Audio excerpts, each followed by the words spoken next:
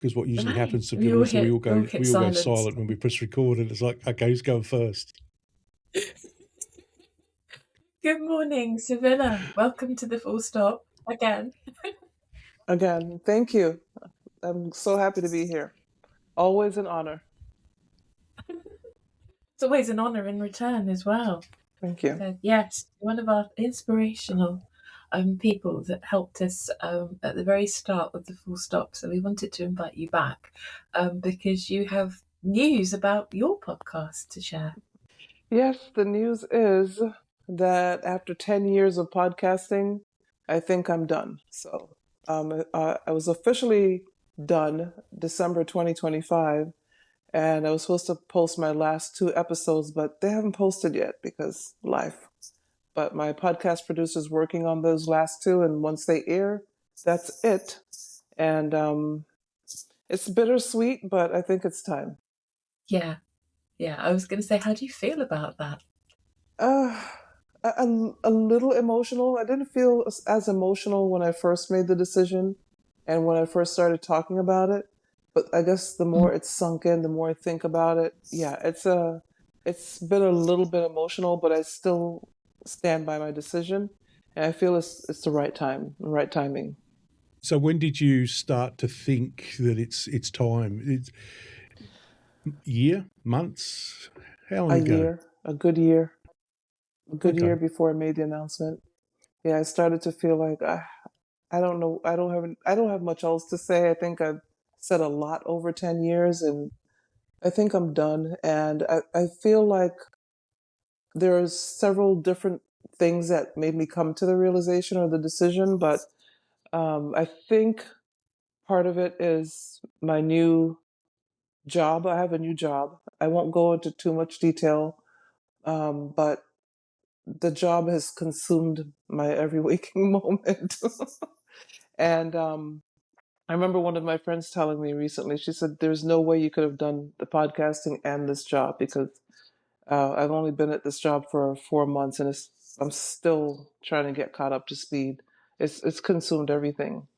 So I wouldn't say I put my podcast down for my job, but it's probably, it was the timing. I think the timing was right, because there was no way I was going to be able to do both. And I was thinking about Yeah. our interview today too, yesterday, and I said, you know what? I started thinking about grief again, and I said, grief makes you make some serious decisions. I don't know if any of you ever thought about it or been through, the grieving process, but I know on some level we all have for the same reasons, being childless not by choice. I don't know if you've been through any other type of grief, but I've noticed as I watched other people grieve and watch me grieve, I've made decisions based on, not in a negative way, but just based on loss. Life has changed, in other words. I think I'm making sense. So changes come with it that maybe you didn't see coming before the grief, if that makes sense. Yeah, those monumental moments in our life, they usually become those points of reflection, don't they? Yeah, they make you start to think, rethink, and maybe make some, different decisions. I think so. So 10 years is a long time, though. It's a Oh my long, goodness. long time. It's a whole era. Can you remember? Can you remember your first episode? I think my first episodes were at a local radio station, a local AM radio station, before I switched over to podcasting. And you know what? You're going to make me go back now. And I think it's a great idea. Go back to the first episode of the actual podcast. I don't know if I want to hear it, but I'm gonna go back and see what it was. But I ended at 180 episodes, so you know I don't know if I want to make a comparison. But Oh, all right, that's the thing, Michael, you're isn't it? making me do that. Oh, do and tell us what you thought, because Oh my I goodness. got back and listened to our first one.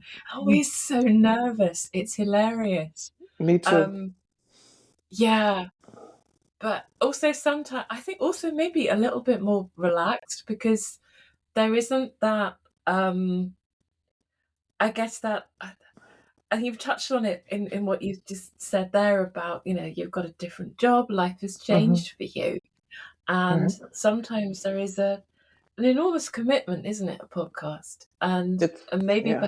as we carry on, we get more kind of like, sometimes it's the weight of it can be quite a lot, can't it? That's the key word, the weight of it, because you have to come up with content on a regular basis. So I've had to come up with content in the beginning 2 times a month, on a regular basis for many years before I went to 1 time per month.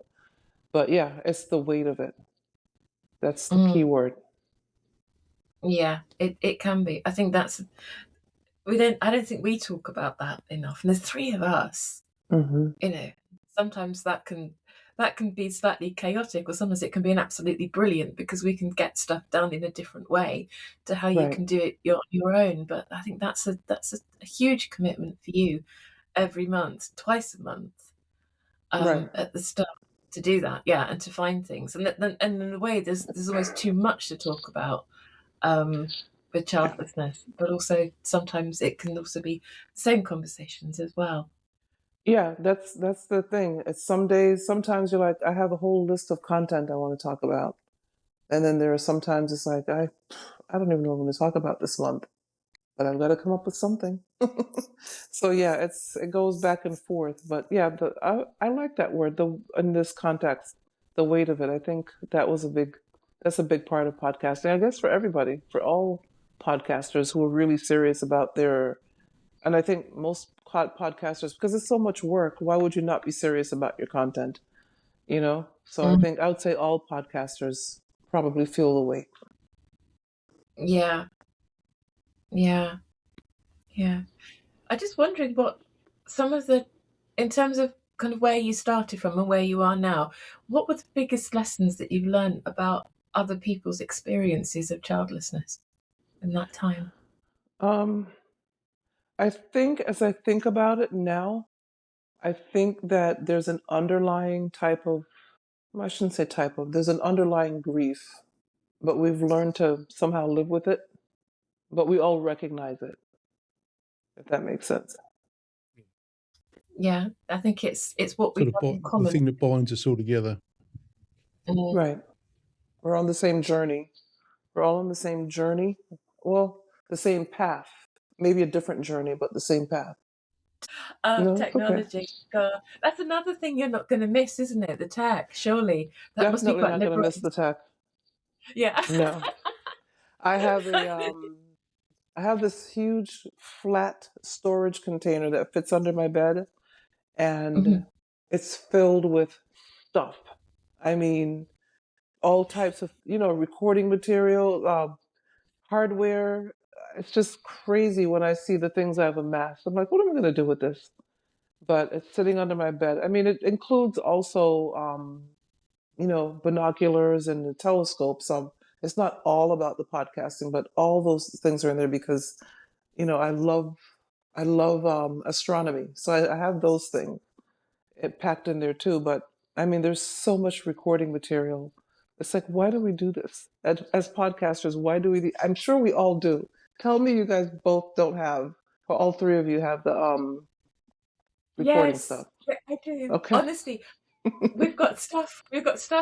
Sarah, you must still have the stuff. Things that we take with us when we go out on the road stuff. So there's the little lapel road mic. microphones that we have, the little ones with the little fluffy things on. We called our little fluffy thing Nigel. Anyway, I don't know why. That has huge political connotations in the UK, but we didn't think about that at all at the time. It just looked like a Nigel. Anyway, but we'll move on from the political side because that's not our bag at all. Anyway, and I was tidying up last night because I wanted just to get a little bit more space in this room, and I found 3 boxes full of things to do with the full stop. They are not necessarily recording stuff, but also leaflets and booklets and things like that, because we take them with us when we go out to different places and we distribute them to other kind of different places that we go to. I was like, oh my god, there's just so much stuff to do with the full stop. There's more stuff to do with the full stop than there is to actually from my main business, which is a design studio. I have more stuff probably related to the full stop now. So yeah, I empathise with you on that. I've kind of kept it all because you never know when it might be handy. You never know. You never know. You may well start again. I don't know. Do something else. Talk about another topic. You know, several people have said that to me. Even my own podcast producer. Several people have said, maybe you can pick up your microphone and talk about something else. But honestly, I don't know what else I would talk about. I feel so invested in the childless not by choice space, although I don't know. You know, you hear from people around the world. I don't know how much interaction you all get, but I think even now, 10 years later, people are still hiding in plain sight. That's the feeling I get. I don't know if you all have that same feeling. Or, Yes. you know, just engagement wise, they're watching, they're listening, but they're just not saying much. So Yeah. No. I try not to let it frustrate me, but honestly, it can be a little frustrating. And the other thing that can be frustrating to me is when I feel like I've been doing this for 10 years and I still get silly questions like, do you want my kids? Oh, you don't have kids? Don't you like kids? Do you want one of mine? You know, it's like, can you please stop? I've been talking about this for 10 years. Nobody's listening to me. Yeah. So, yeah. I think that can be really hard, can't it, too? Yeah. Yeah. Yeah. What would change that frustration if you had to go back and say to people that I was going to ask about measuring impact and how you measure your impact in terms of where the podcast lands and what people say to you. But in terms of that whole kind of sphere of information about getting that feedback and people perhaps engaging in different ways, what would you ask them to do? What would alleviate some of that frustration for you? I guess just I don't know, somehow getting people to listen. And I guess I wish I'd gotten maybe some bigger interviews. There's a handful of people that would make me come back to do an interview. You know, famous people. Oh, Famous okay. childless not by choice people. I would come back and I've mentioned it. I've said, yes, I'm officially putting the podcast down, but if I could get an interview with a certain handful of people, one at a time or in a group setting, I would come back and do that interview. No, you know, I would do it in a heartbeat. Do you want to shout out who they are, or would you not feel comfortable? I don't know if I should. You know, I don't know. Would that be, I don't know. Jennifer Aniston, I just said it. Oh, go Sorry? for it. We want to know. Oh, go for it. We'd love to know. You never know. I mean, it might be right. Yeah. well, yeah, Jennifer Aniston. Oh my gosh, what's her name? Diana Ross's daughter. Oh my gosh. Oh, Her name just went out of my head. And I follow her on Instagram. Yeah. Those Find two out. people for sure. Yeah. What else? Those are the two top ones, you know, that I can think of right now. Maybe Okay. Oprah. Yeah. I don't know. I feel like all of these people have come to terms, you know, with their childlessness. At least that's the way it seems as I follow them and watch them on social. But those are three people right there that it would be fantastic to interview about not having any children. Yeah. So okay, I named them. Oh boy. What is it about them in particular? Is it that you feel that they've got past it, or is there something about them that really draws you? Well, I think that I like the way they're living their lives, at least publicly, their lives publicly as women who didn't have children, that they're still a positive force. They don't come across as that's the one thing that, even if it is the one thing, you know, that has affected their lives negatively, they show a positive face to the world. And I think that's what we all want to portray as childless not by choice advocates. and podcast hosts that we can live positive, joyful lives, even though we didn't get the thing we wanted. For me, the things I wanted, the big thing was a family. That's the only thing that I didn't get in life that I really, really wanted, was a family. And so I don't think, yeah, Jennifer Aniston, I don't think she's married. And oh my gosh, I No. cannot believe I cannot remember this woman's name. She probably wouldn't come on just because I can't remember her name. Diana Ross's daughter. This is terrible. Because I follow her, I even buy her shampoo, everything. But Is it Tracy? Tracy Tracy Ellis Ellis. Ross. Yes, Tracy That's Ellis it, isn't it? Ross. Yeah. Oh my She's got gosh. two daughters. Yeah. Yeah. I had to Yeah. look that up. Sorry, Tracy Ellis Ross, if you're listening to Yes, the Full exactly. Stop Sorry.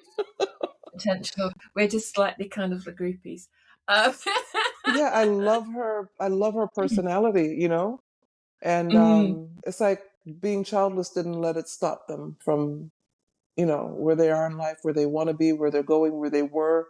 And I'm sure that they have the same feelings at times that, this is the one thing I really wanted. I wanted a child. And I don't think any of them adopted. So, I mean, they had the resources to adopt.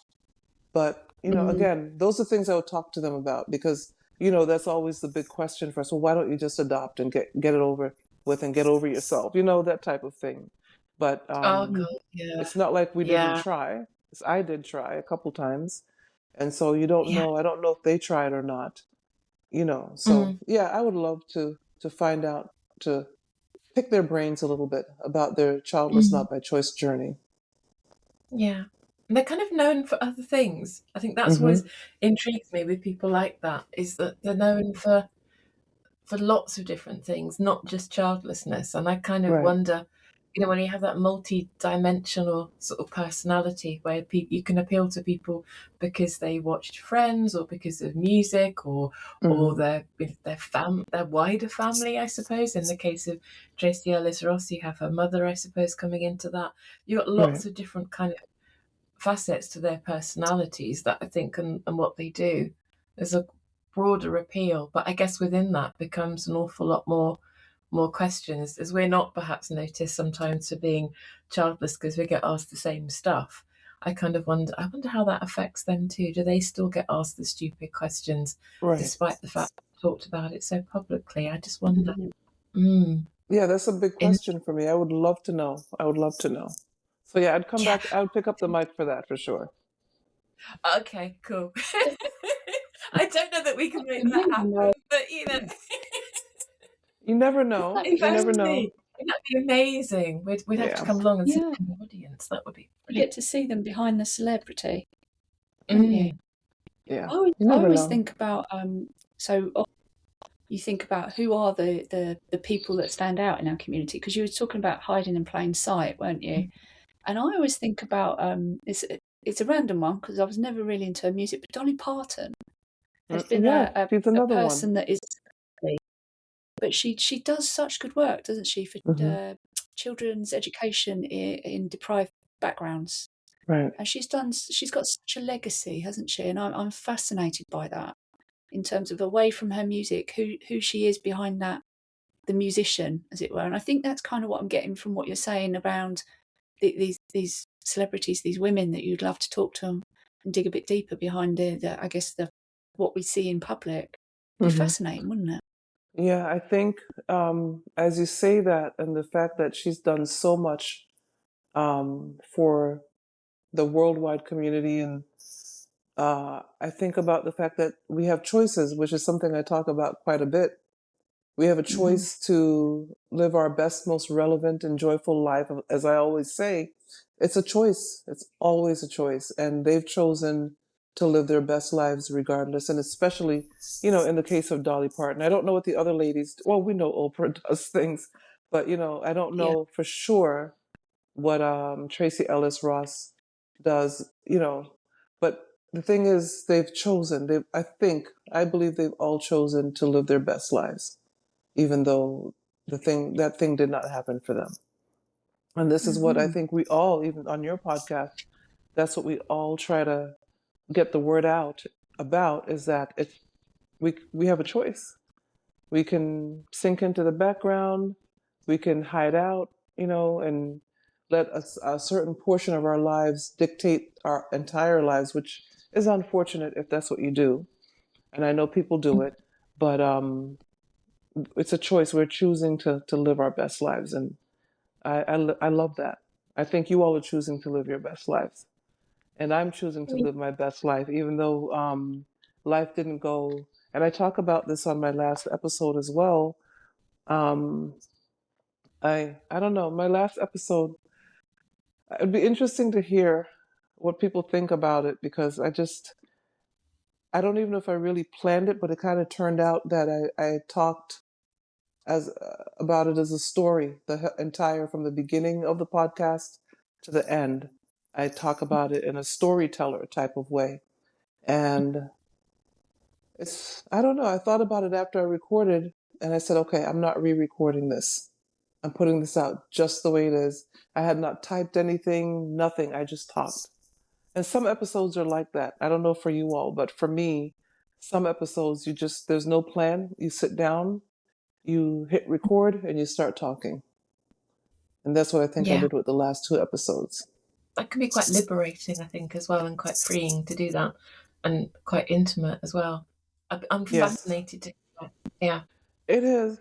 And I hope that I tell a story about how I was in the hospital, and my dad was still alive. I was still caring for him, and the nursing home that he was in called me in my bed of affliction to tell me that they were transporting him to the hospital as well. Like, really? So yeah, talk about that. I just talk about the whole. It's interesting. I didn't plan it. I really didn't. But I just talked about the podcast for the whole 10 years. But it didn't. I think it's a 30-minute episode, maybe 40 minutes. So I was able Yeah. to just compile 10 years into 30, 40 minutes. Interesting. The more I think about Wow. it. It So sounds like I think perhaps I can't speak for Michael and Sarah, that would be wrong, but for me, I found podcasting to be oddly healing. I wasn't expecting to feel healed by the full stop, but it is. It's like a sort of another person that sits there, an entity of some description. I can't really describe it other than that I sort of conscious that it's part of my makeup now, the full stop. And I think podcasting in general. And it mhm. sounds like the 10 years have been healing for you as well. It really has been. It really, Mhm. and I really had no idea that that would happen. I really just wanted to get the word out. I wanted to reach people who I felt were hiding in plain sight, or felt that they fell through the cracks.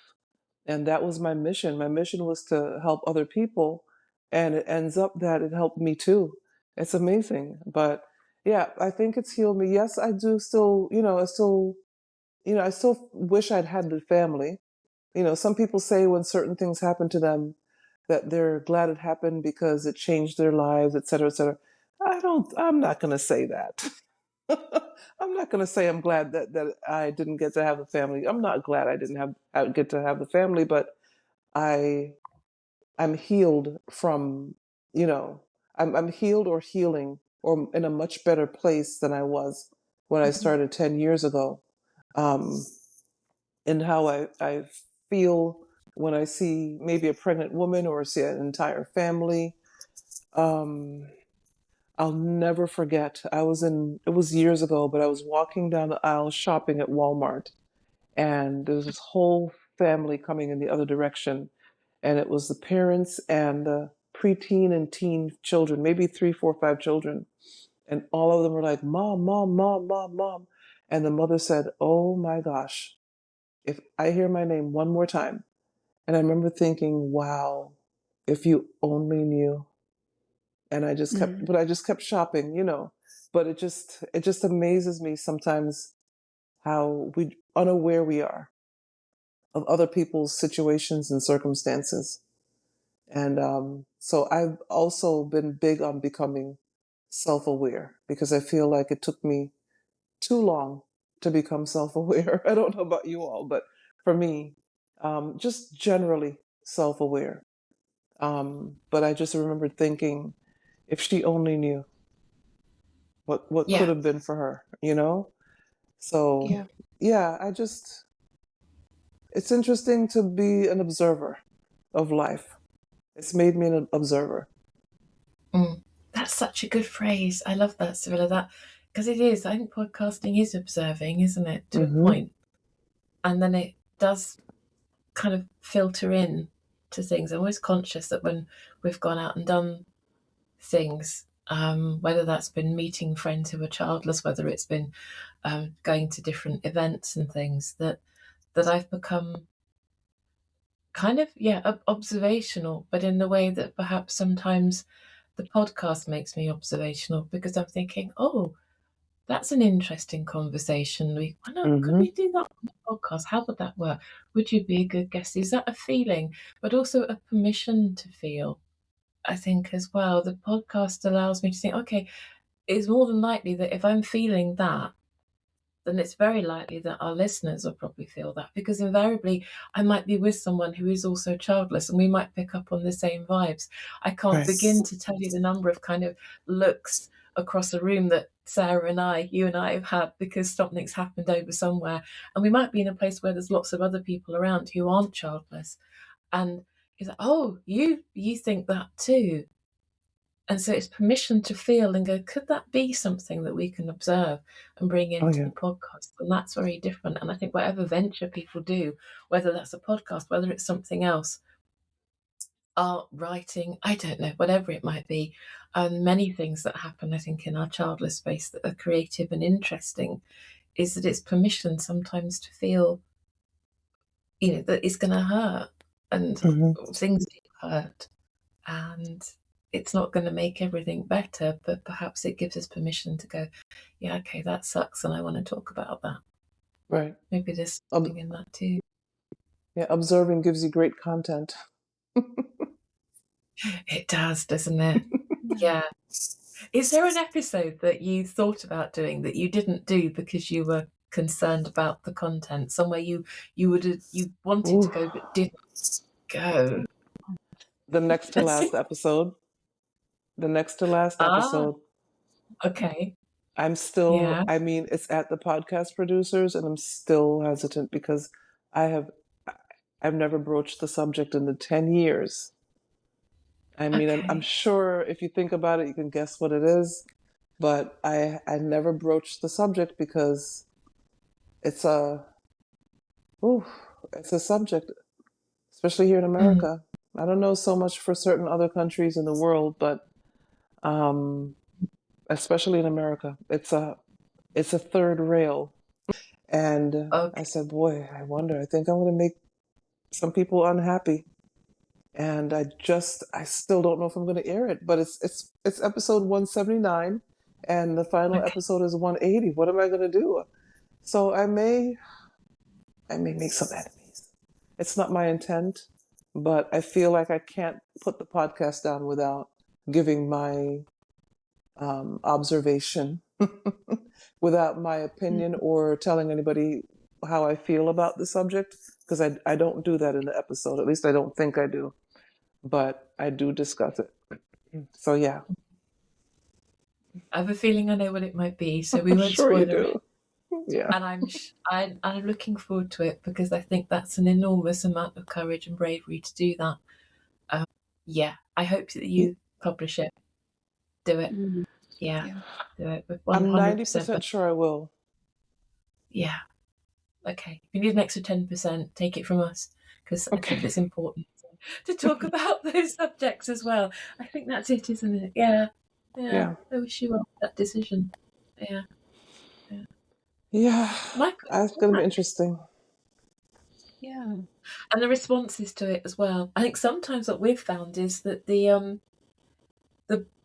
more controversial the topic, then it's interesting the responses. I can certainly see it through the social media and things, we either grow dramatically, or I think there's only one that we've kind of like, it hasn't quite landed the way we want it to, but it's amazing what people will actually listen to, I think, in terms of being challenged.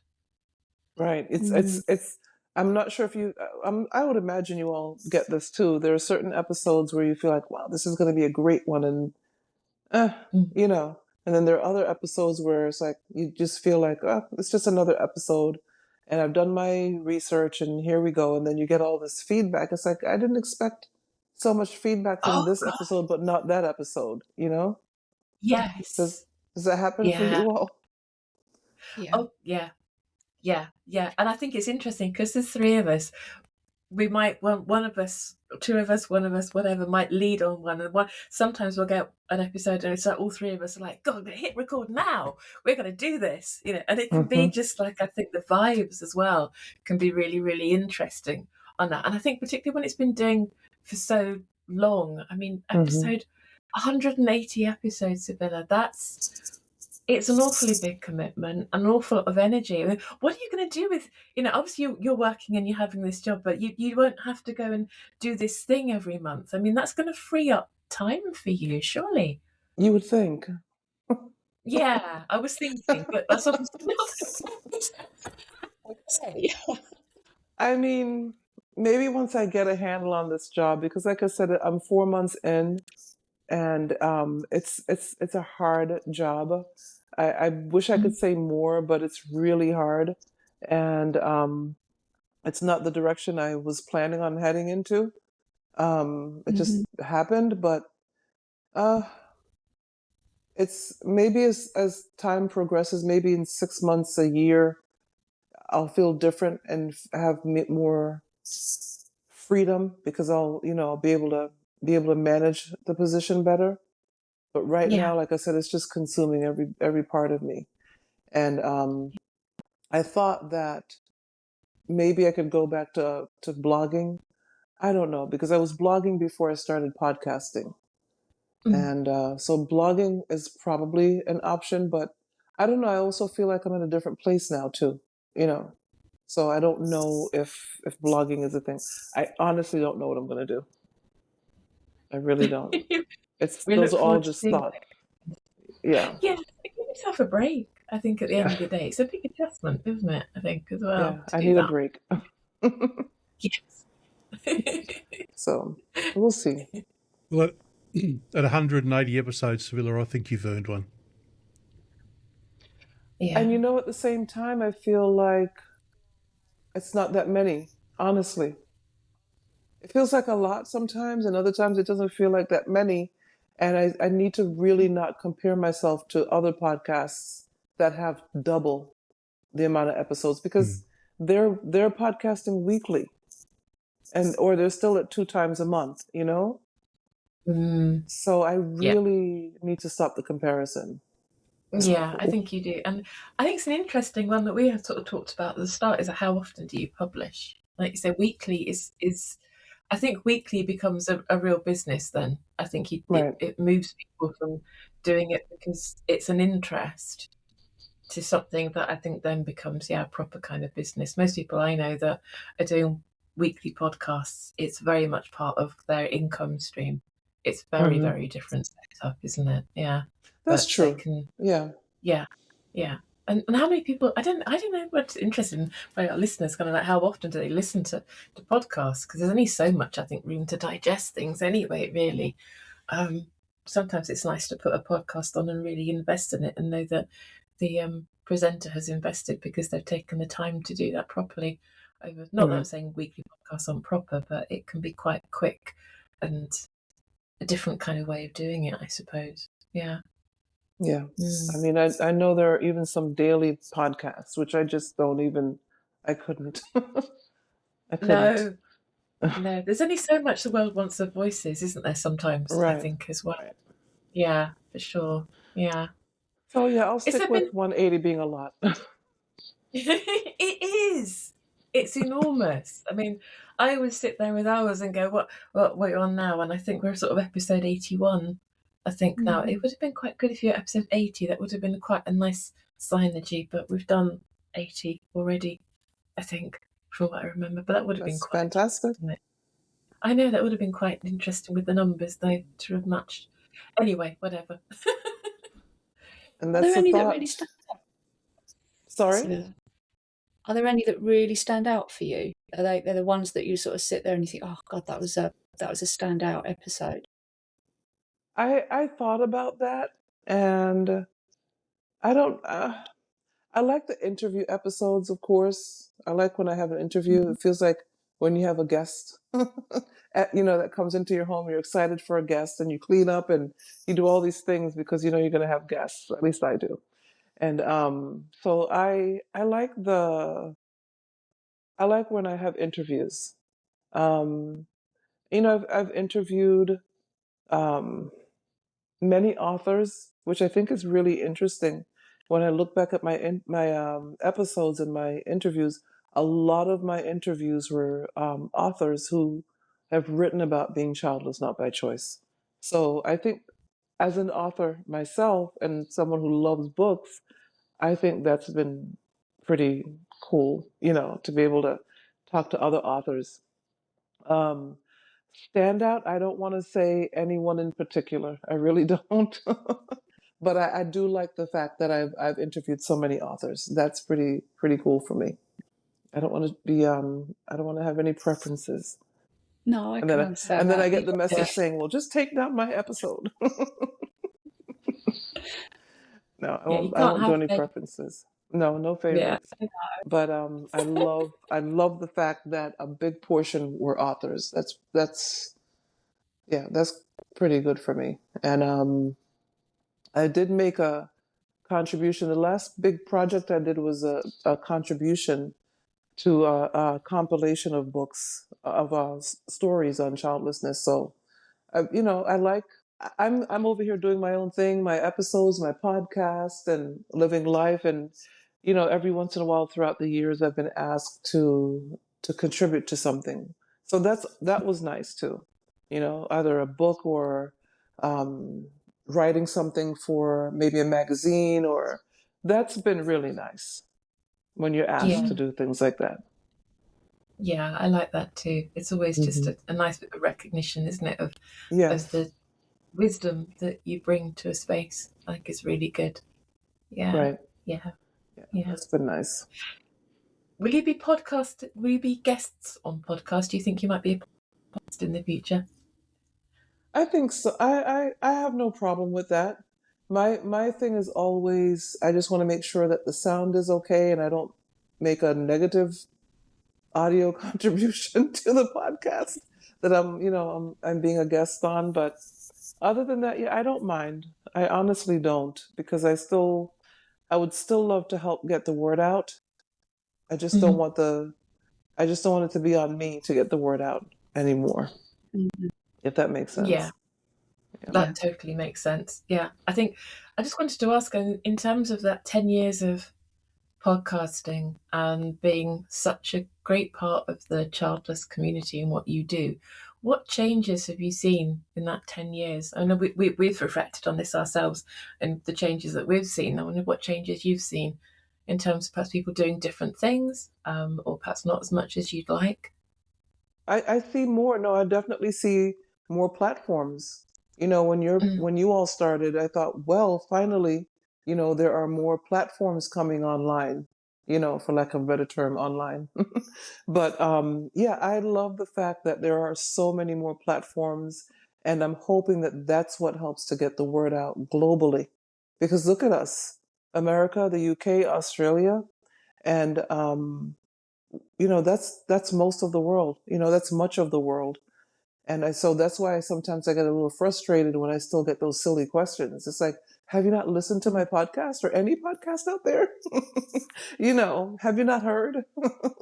So that's my biggest thing, is I'm just so glad that there are more platforms and more podcasts talking about the childless not by choice experience from so many different angles, so many different experiences, because my Mm. experience is going to be different than each of yours, and each of yours is different than each other.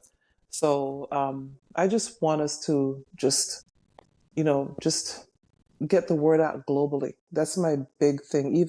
Even though I've stopped, I will promo any episode, any podcast, anything you want me to do, I will promo it. Trust me.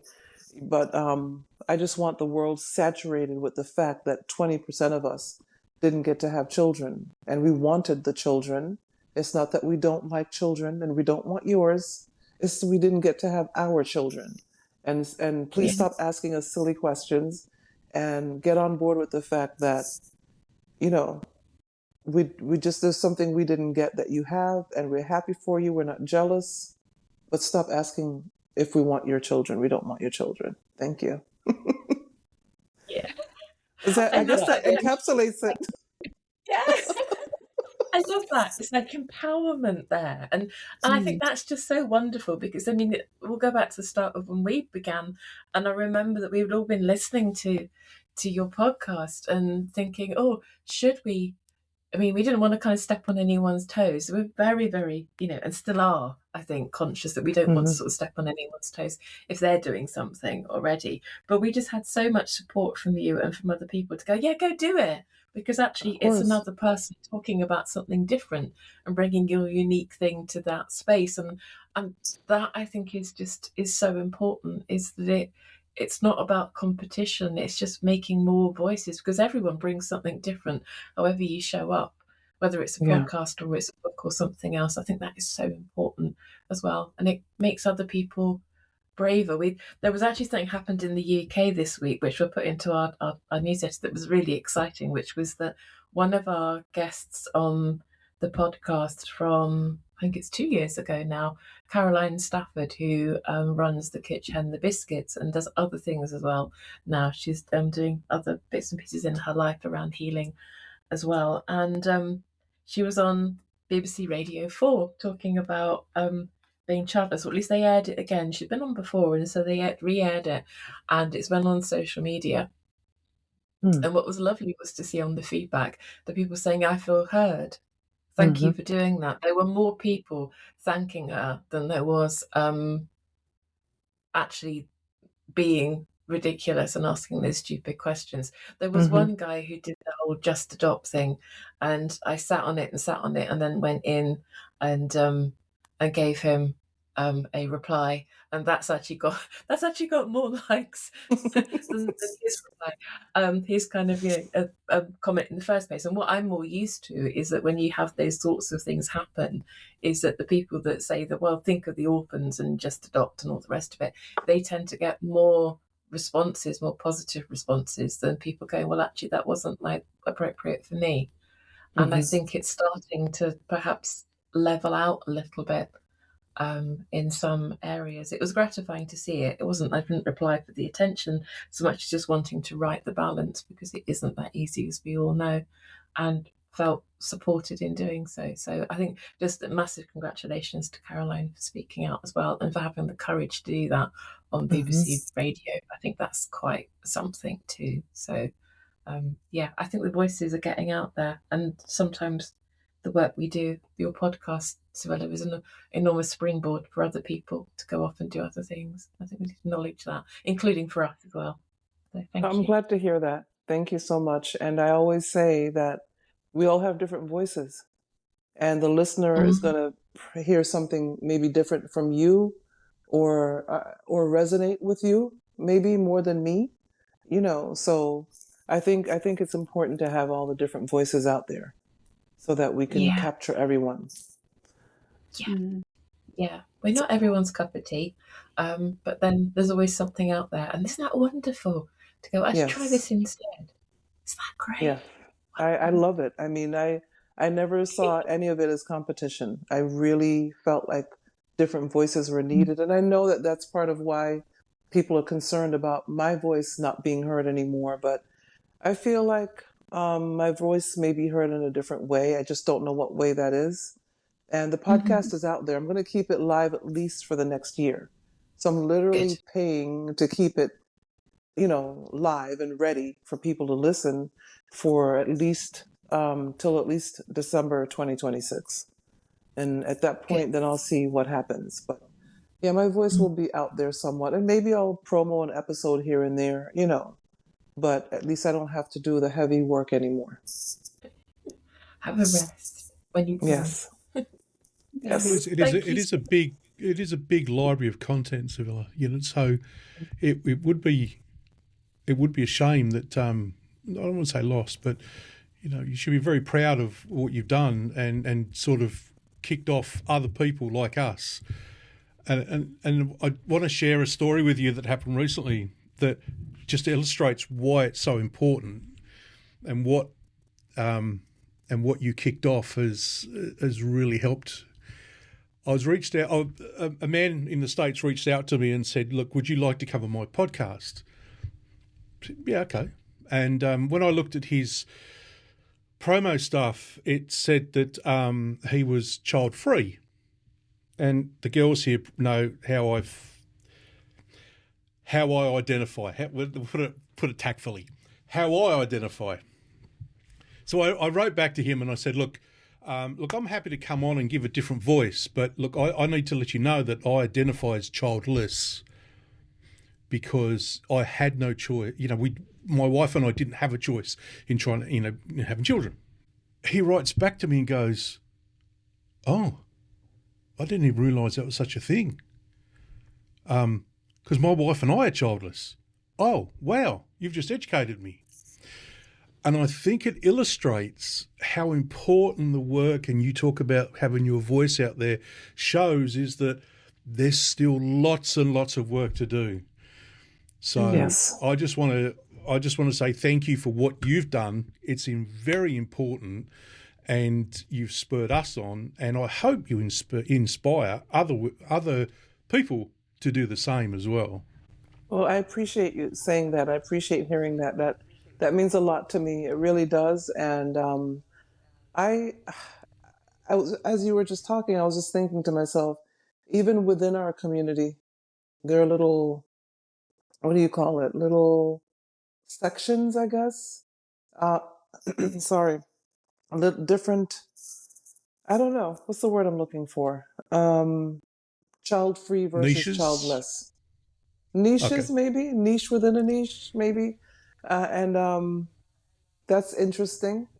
But I think that I love the way he. It's amazing he didn't think about that, and maybe child free to some people is it's just a buzzword, maybe a buzz term, and for us being childless, it's a whole thing that didn't happen for us. I'm not denigrating what he, his experience or his reason for using that terminology at all, but the fact that he rethought the term tells me that we still have work to do, I guess, within our own community as well. Absolutely. And doesn't that always Absolutely. happen? That happens, doesn't it? Yep. In different communities. Interesting how that works. But we do it with, without being negative towards a person. So, you were able to tell him how you feel and make sure he was okay with it before you went on to his podcast, which I think that's what's going to help us, even though we have different niches within our niche, is to continue to be positive with each other. And as some would say, hold a space for each other in this space. So I love that. I love how that turned out. How it made him think. Yeah. No, thank you. It's I think it's I sometimes worry that we are so deep in it that we and we live and breathe it, but we don't realise that there's other people out there that they're living that existence that probably we did 10, 12 years ago, where we thought we were alone. Right. Whereas we've got all these connections where we, like we're across the world right now, and we live and breathe it, so we know the intricacies of it, but others don't. Right. Yeah, it's amazing. The don't know where I was going with that. Perspective is amazing. Yeah. Mm-hmm. Absolutely. So what's next for you, Civilla? Just a rest? Just rest. Like Berenice says, just get some rest. Because I guess I can feel it on some level, I can feel on some level that I really did need the rest. Just keeping in mind that for a good 10-year span, I was creating this podcast, creating content, and working full time and caring for parents who are both gone now. But there was a good Well, it's more than 10 years if you combine those two experiences, but they overlap quite a bit. So there's a good chunk of my middle adult life. I was going to say middle age. I'm not saying middle age. I refuse. My middle adult life, where I was doing things, and I thought I talk about this in the last episode as well, the final episode, where a lot of diversion happened. You know, my life got diverted majorly 2 or 3 times. And just as an example, when right after I got my master's degree, and my dad pushed me. He's the one that pushed me to finally get my bachelor's, because I was just a constant, consistent student, and he just lit a fire under me one day with just a few words. And it was just a few casual words, observational type words as he's sitting there, anyway. So he lit a fire under me. I got my bachelor's, and then he's like, a master's would be nice. So I go get my master's, and then I think, okay, I think maybe I'll go north a couple hours from where I live and go get what we call a PharmD, which is a doctorate in pharmacy. Um, and I had already gone to check out the school. I had already started the paperwork, and then I started to see the decline in my parents. And I was like, I can't leave them like this. I can't look the other way. I'm not a look the other way type of person. And I definitely Yeah. can't look the other way with my parents. And I saw the decline. And I can even tell you the moment where I decided I can't go was when my dad had gone to the pharmacy several times for the same prescription, and they were getting mad at him and telling him if he didn't stop coming for the prescription, they were going to put him on a list. So I went to the pharmacy and I asked, "What list? What list are you talking about?" And so I was like, I can't leave these people. So I didn't Yeah. get my PharmD, and I've seen the diversions, um, the divergent or a divergent path that I've had to take to redirect my life, and I think it's important, especially as childless, not by choice people, to yes, maintain, as I always say, those kind but firm boundaries. But at the same time, someone might ask me, well, it wasn't much of a boundary if you stopped your life to care for your parents. But I don't regret my decision either. And so, yes, it would have been nice to have been making a 6-figure income right now as a pharmacist, but I feel everything happens for a purpose, and I just couldn't leave them. And my mom told me multiple times to go live my own life, and I was like, I can't live my own life. And so, anyway, I don't know where I was headed with that, but it's just we have to think about, as childless, not by choice people, yes, not to get caught up with things that don't serve us, because we're still human and we still have a reason for being here, but also making some tough choices sometimes. And maybe people with children have to make certain tough decisions as well, I would imagine, as on a human level. But as childless, not by choice people, it probably hits different, if that makes Yeah, sense. No, absolutely. completely. Perfect sense. Yeah. So, yeah, I'm just trying to. I don't know. I don't want to say what's next because I honestly don't know. And I guess that's the point I think I was making. Um, you can make all the plans you want in the world, you know, and then something else may happen. So we kind of have to learn. I think as we get older too, we learn how to just kind of go with it, but try to also make sure that we get done the things that we'd like to get done, and not end up living a life that wasn't ours, which I also talk about quite a bit on the podcast. Make sure we're living our own lives. And again, some people may say, well, did you really live your own life if you cared for your parents for almost a decade? And I would say I did, because I got to podcast during that time. I got to work and make a living. You know, it was hard, working full time, caring for 2 people as they declined, and much of it working from home. This is my first job um, outside of the house since COVID, because my mom passed in 2019. COVID hit us when, end of 2019 into 2020. Yeah. Mhm. Something like that. Right. And then I just got this job. Well, the company I work for, I started in July of 2024. So I had literally been at home, working from home as a licensed insurance agent, while keeping an eye on my parents. So Mm. yeah, for I guess a good 5 years. So, you know, I got to I got to get licensed to sell insurance.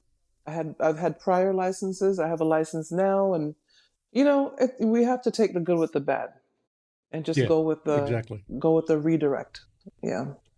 I hope that Yeah. doesn't sound negative or depressing. Well, No, no, not at all. not at No. all. Because Okay. one of the things I've been toying with is thinking about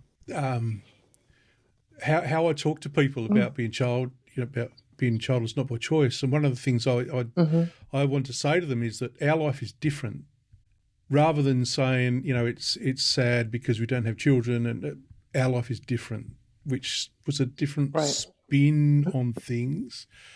And then it gives you the opportunity to explain to them why it's different. But it also, that difference is one of those big divergence that you talk about, and I wonder if there's something in it where we've actually built a set of skills to be able to deal with that divergence that you talk about, through childlessness, that then we can bring to other parts of our life, like your ailing parents who have passed away sadly, because my parents are ailing as well, so I really understand what you're talking about. Yeah. Don't know where I was going with that, but it just popped into my head. That's what happened when you get old. Well, it comes back though. That's important. That wherever we were headed with our thoughts or our words, it comes back, because when it doesn't come back, then we have other problems. So it'll come back to your mind what you were talking about. But yeah, you're I right. hope It so. does give us a different set of skills. So yeah, I'm I'm just gonna go along with for the ride for the rest of my life, I guess. I hope that doesn't sound depressing, but I feel like I've learned how to just redirect. Yeah. I think that's a great skill to have, because some people, when you don't learn how to redirect, people do all types of crazy things because they didn't get to do what they wanted to do, and sometimes things don't happen for a reason. You know, I had an appointment yesterday, and I had booked it a good week ago, and it just wasn't happening. The person was trying to reach me, and I was trying to call them back, and it just didn't happen. And I remember there was a time in my life when I would have been so upset that I made this appointment. I was waiting for it. It's in my day timer. I planned for it and it didn't happen. But now I'm like, I guess it didn't happen for a reason. And maybe I'll find out why, maybe I won't, but I've got to keep on going.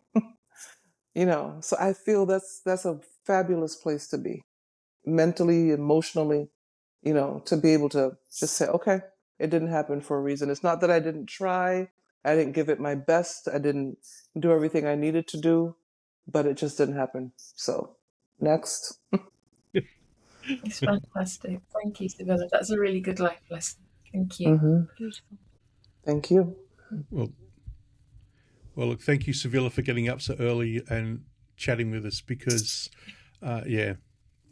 you've been an inspiration to me. I can speak for myself personally, listening to your podcast, and when I heard you said I'm closing up, I was messaging the girls going, oh my God, guess what's happening? So I'm glad we was able to get to talk to you and honour you for the work that you've done. It's been really special. Thank you. Yeah, Thank you. I thank you so appreciate much. that. Yeah, You're for welcome. everything. Thank you very much. Yeah, we really are. I can what Michael has said. Exactly that. Yeah, you've changed a lot of minds and brought a lot of hope to people too. And we just wish you all the best. I wish you all the best for the future. Let's keep in touch. Thank you. I'll definitely keep in touch. Like I said, let me know if there's anything I can do to help promote your podcast. And sorry, I was supposed to turn these notifications off, but look, I just got a notification from Tracy Ellis Ross. It's going to happen. It's going to It happen. will happen. We're making this happen. And they're going I to follow hope Hannah so. on the full stop. That's Oh, thank you hilarious. so much. Thank you all Thank very you much. so Keep doing what you do, okay? Hang in there. Yeah. Just keep doing what you do. Your voice is heard, and let me know if there's anything I can do to help at all. Thank you. Thank you. Thank you. That means a lot. Thank you. All right, stop recording. There you go.